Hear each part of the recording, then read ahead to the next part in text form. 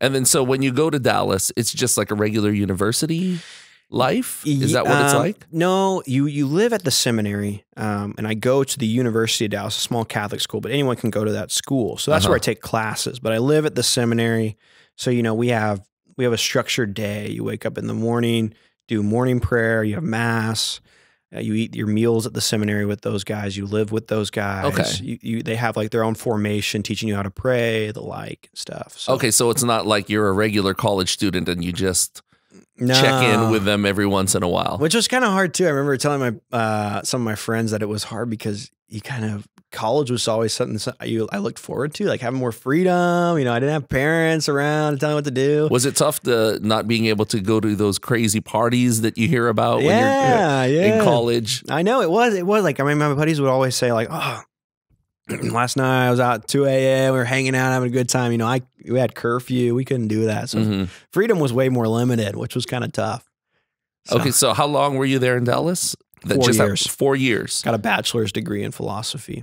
Okay, so on top of that 4 years, then I've done 3 years in Rome. Okay, so on your 4th year, they told you, okay, it looks like you're going to go to Rome. Okay, so at this point, you'd been out of your parents' house for a while now. Yeah, exactly. Okay, do you think it would have been a little more difficult for your parents to accept that you were going to join the priesthood if you were not the third son? If you were the only son? Oh, yeah, definitely. I think I find that with most guys who are their only child, it's really hard on the parents. I was in a great position because I was the youngest. My brother was already married with 2 kids. So my parents already had grandchildren. There's no worries of that. The name is already passing on. Yes. Not that White has much of a legacy to live. I mean, it's kind of a basic name. But so there was no worries about a lot of those things that's difficult for parents. Like, oh, I wanted grandchildren, or I want our name to pass on. And so, for the only child or the only boy, sometimes it is difficult for the parents. But yeah, I was at a point where I think my parents were at a point where were easily accepting of that. And they kind of saw it. I mean, they didn't tell me about it, but once I told them, both my parents were like, oh, this makes a lot of sense. Do you think it would have been more difficult for you had you been the only son? Thinking there's some pressure to pass on the family name? Yeah, to give your parents grandkids? I think it would have been. It certainly would have been really hard if my parents weren't supportive. So if I could sense that it was difficult for them, it'd be very, very hard for me. Some guys do it and it's tough for them, but my parents were very, very supportive, very encouraging, accepting if I wanted to leave, accepting if I wanted to stay, and just really supportive. So I was blessed. Do you have a lot of friends in the seminary that have difficulty like that? Some, yeah, I would say probably the majority of parents are generally supportive, and by the time where I am, so I've been in for 7 years, by this time, usually parents have kind of come around at least and are more supportive. So it's probably a higher percentage of parents that have a difficulty right at the beginning. But once you're kind of in and they kind of see their son kind of transforming and really, they probably experience a little bit more joy in their son, a little bit more fulfillment, and can see like, wow, this is something that's good for him, that it helps them. My parents were supportive all the way along, but there are some parents that I know that it's like, it's really hard for me to talk to my mom about the seminary, or sometimes I'll go out to dinner with my friends in the seminary and they'll warn me like, hey, my parents are not really that excited I'm in the seminary. So, really? Yeah. So it's kind of like, let's not talk too much about the seminary, about that stuff, so we kind of, sometimes that topic can feel a little bit off limits. It's a little touchy when it comes to the parents. Okay. Yeah. All right, so this group of guys in Dallas, so you all graduated together. Where are they now? Yeah, a little bit spread out all over. So about 20 of us that graduated. Some of them came to Houston to study here at St. Mary's Seminary in Houston. Okay. I know one guy went to Indiana to study in Mundelein. I know myself and a couple others, we went to Rome. Another guy went to Chicago to study. We had some that went to Louisiana, Notre Dame, and New Orleans. And so, yeah, it's just kind of once you graduate there, you kind of spread out. Even some in the state of Washington are there too as well. So, who makes the decision where they go? So you're bishop of your sponsoring diocese. So every seminarian has a sponsoring diocese. So like I'm sponsored by the Galveston-Houston diocese. So Cardinal Leonardo decided for me. But every bishop has their own decision on where they go after that to study the second half of seminary. So speaking of your sponsoring diocese, is it the diocese that paid for your education? Do your parents chip in with that? How does that work financially? Here in Houston, it's the diocese. The easy way to explain it is the diocese pays for it. If you discern out it's a non-interest loan. They kind of ask you to slowly pay back for the first couple of years where you got general credits. Okay, but for the most part, the diocese pays for all of it. So it's really nice. And it helps with the guy not feeling pressure of like, I'm incurring a lot of debt right now because I'm in seminary. I should get out. Okay. So meaning discern out when you decide you don't want to pursue it. Exactly. Sorry. Yeah, then that's the kind of lingo. You discern out of the seminary and back. And then you've got this loan that you've got to kind of pay off. Yeah. Okay. Does that happen often? Yeah. I think the statistics are about 50 to 60% of the guys that enter just leave the seminary. Okay. And then the guys in Rome. Yeah. How often do they discern out? Or are they? It becomes a little bit less, just in general when you get to. So anyone in Rome has gone through the first 2 or 4 years of seminary. Okay. So and that's generally when most people leave, kind of in the early years when. So once in Rome, it's a little bit less. It's unique in Rome in that you will have some guys that will just say, it's too hard to live this far away from home. And they'll go back to the United States and continue to be studying to be a priest, but they'll just do it in the United States. But so it becomes even less, like I'm trying to think. My class was about 45 when I entered in Rome, 45 others. And I think we're going to ordain, or about 35 of us are ordained to the diaconate. So about 10 of them left. Is there any point where you can like kind of put it on pause maybe? Mm-hmm. Yeah, there's ways to do that, and some guys are doing that. There's like you could say a common thing to do is take a pastoral year. Okay. And that's like a year where you live a year in the parish as an internship. Now it's a little unique for us here because in Houston, most guys do, just as a general rule, take a pastoral year. Okay. In Rome, for whatever reason, the cardinal has decided not to have me take a pastoral year. And the guys in Rome don't usually take a pastoral year. And so some guys in Rome might do that, or some guys in other places where they're not required to take a pastoral year will say, can I take a year to live in the parish? Because when you're in the parish, it's a little bit easier to see what your daily life would look like for the rest of your life. Yes. And so it's a year where they can like, let me just do a little bit more intentional discernment away from academics so that I can really see, is this what I want to do with my life? So that's one way you can put seminary, like a little bit like let me just hold on before I continue to move forward here. So do you think your time here at St. Faustina is kind of like a condensed pastoral year? Yeah. That's like kind of what they did. So last summer I was at Cyprus, Christ the Redeemer. And then this summer, definitely both those summers, like really compact, condensed stuff. And so like Father Dat will do an evaluation of me and how I did as if he had me as a pastoral year student. Okay. And do you see it like every day thinking, okay, I could get used to this.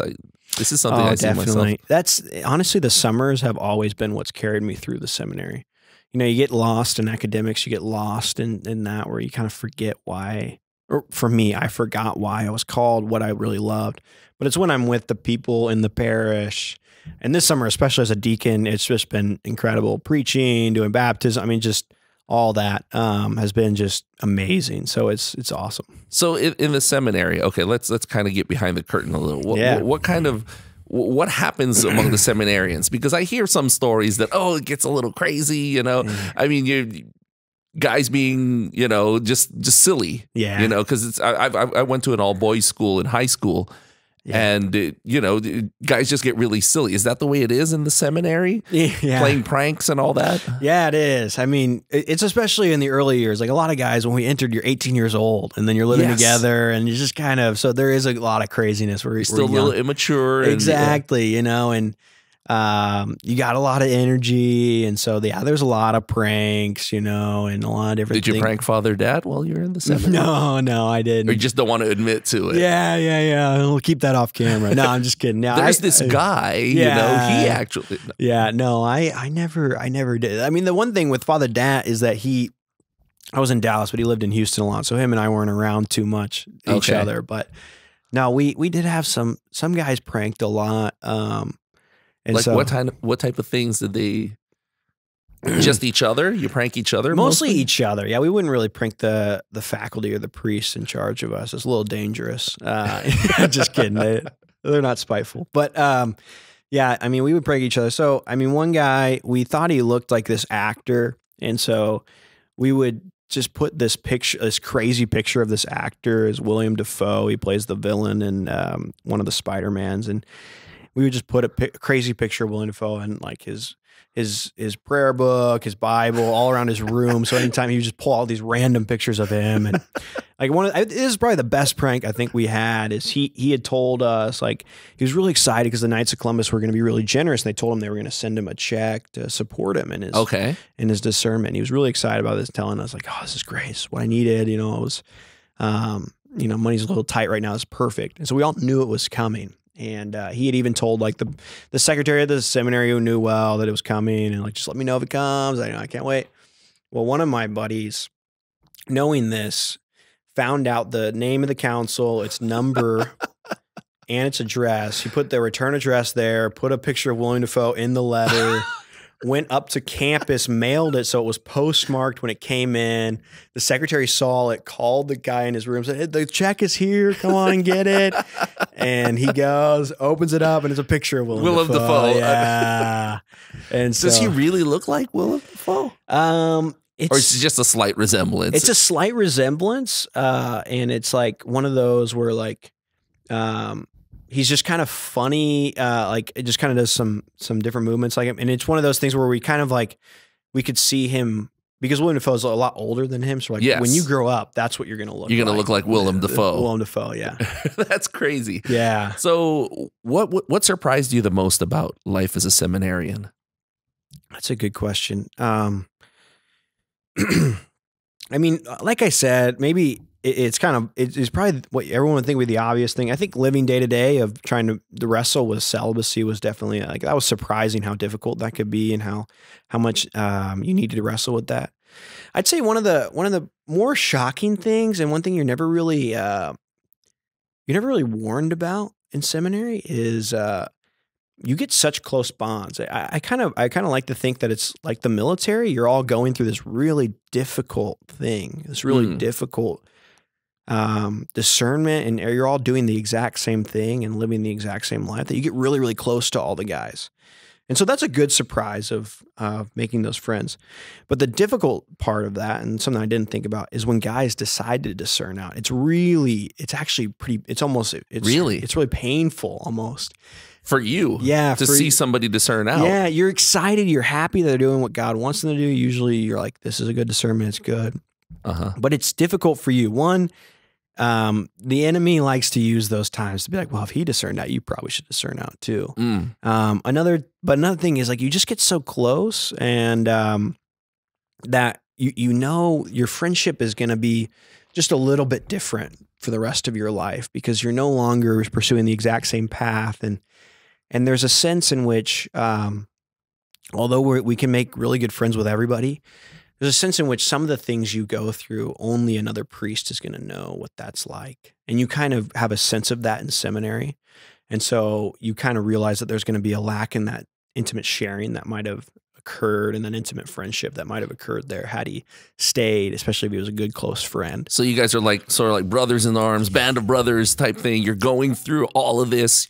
You share all of this experience and all of that, and then just seeing one guy go is sort of like, like having somebody, you know, kind of just like get injured and have to leave the unit or something like that. Exactly. Yeah, I think that's a good analogy to how it feels. You know, you do get excited for them.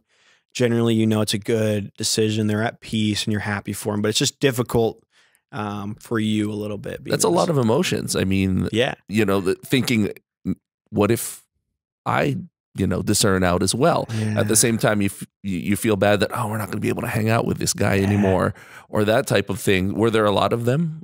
Yeah. I went through a lot of difficulty with that when I was in Dallas. Father David Michael and I actually, he was my best friend when I entered. Him and I entered, he was the first one I met. He was like a year ahead of me at that time, or a few years ahead of me. And him and I got along really, really well in our first year of seminary. And then he moved on to Houston. And so I didn't see him for a few years. So he was with you in Dallas? Yeah, he was with me in Dallas, and him and I were really good friends there. And then he moved on, and that was a bummer for me. He didn't leave the seminary though, so it wasn't as hard. But then the friends I made after that, every good friend I had after that, either like discerned out basically or left the seminary. And so it was pretty difficult. You have these intimate sharing moments of your struggles, and then they leave, and then that person's gone. And you're like the last man standing. Exactly. And so it must have been really cool to get back together with Father David Michael. Oh, it's been incredible. Yeah, him and I. Father Dak complains because we stay up and we're talking and laughing all the time and keeping him up. And no, it's been a huge blessing to be back and hanging out with him. He's awesome.